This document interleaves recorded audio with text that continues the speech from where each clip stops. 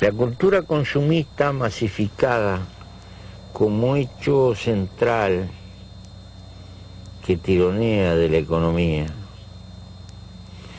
esta civilización de use y tire, necesita este modelo como llave para la acumulación permanente. Y este es el peor de los retos. Vuelvo a insistir con esta tesis: cuando compro, no compro con plata.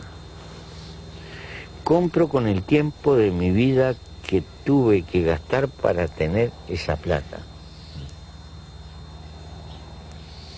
Si usufruto el trabajo ajeno, entonces estaré comprando cosas con el tiempo de la vida del trabajo ajeno para obtener esa plata. Pero siempre el recurso económico es tiempo de vida que se gastó para tenerlo. A partir de ahí, que si quiero cuidar, si la vida es el primer valor, la trampa de la sociedad consumista nos tiende a quitar, apropiarse de ese valor. No se entienda esto con criterio infantil. El hombre necesita medios materiales crecientes para vivir cada vez mejor. Pero ello no significa decirle sí a la sociedad del derroche o de la obsolencia planificada para que tengas que gastar más y consumir más y trabajar más. Por eso la necesidad del socialismo o de sociedades que repiensen esto. Esto es una máquina de devorar vida, de apropiarse del tiempo de la vida. Es la forma de esclavización contemporánea. En mi país la gente está luchando por las 6 horas, pero no para trabajar menos, es para tener 2 trabajos desde el punto de vista práctico, para tener otro trabajo más, es decir, trabajar más que antes. Porque tiene la imperiosa necesidad de consumir más, porque cada vez que se sienta frente a una pantalla de televisión, tiene desde niño el bombardeo, consumir, y felicidad humana es comprar más cosas. Permanente. A esa civilización estamos sometidos. El poner en tela de juicio esa civilización es un acto peligroso. Pero es revolucionario. Ahora bien, es que la política no debe de abandonar el campo de la filosofía. Si abandona el campo de la filosofía, se queda sin línea maestra. La gran diferencia está ahí. Pelear por un mundo mejor no significa que amontonemos más autos viejos, multiplicar la cantidad de heladeras, no, estamos fritos. Multiplicar la cantidad de tiempo que tenemos para vivir. ¿Y qué es el tiempo para vivir? Ese es el tiempo en el que soy libre, que hago con el tiempo de mi vida lo que se me antoja. Que puede ser para uno jugar al fútbol, para otro pescar, para otro estar bajo un árbol. Soy libre cuando hago con el tiempo de mi vida lo que a mí me gusta. Y no soy libre en ese margen de tiempo que tengo que gastarlo para hacer frente a las necesidades materiales mías y del grupo familiar que me acompaña. Allí estoy sometido a la vieja ley de la necesidad. El trabajo me podrá gustar más o menos, esa es otra historia. Pero solamente soy libre en aquel margen. Quiere decir que la lucha por la libertad significa agrandar ese margen del tiempo que hago con mi vida lo que quiero. No es necesariamente gastar y llenarse de cosas, y llenarse de tiempo libre. Pero este razonamiento es demasiado intelectual para la trampa en la que estamos metidos con estas formas mediáticas que van conformando nuestra cultura. ¿Verdad? Yo no estoy haciendo el panegírico de ser una anacoreta, ni autoflagelarse con una cadena toda la mañana. No estoy haciendo la apologética de la pobreza. Estoy haciendo plantear el valor que tiene la sobriedad y el concepto de límite. En la vida hay que tener límite. Si te traspasan los límites... No lo acusarían de autoritario en el momento que ahora dice que en la vida tiene que haber límite. No lo acusarían de autoritario. Sí. Seguramente que sí. Los límites tienen que salir de la cultura y del libre albedrío.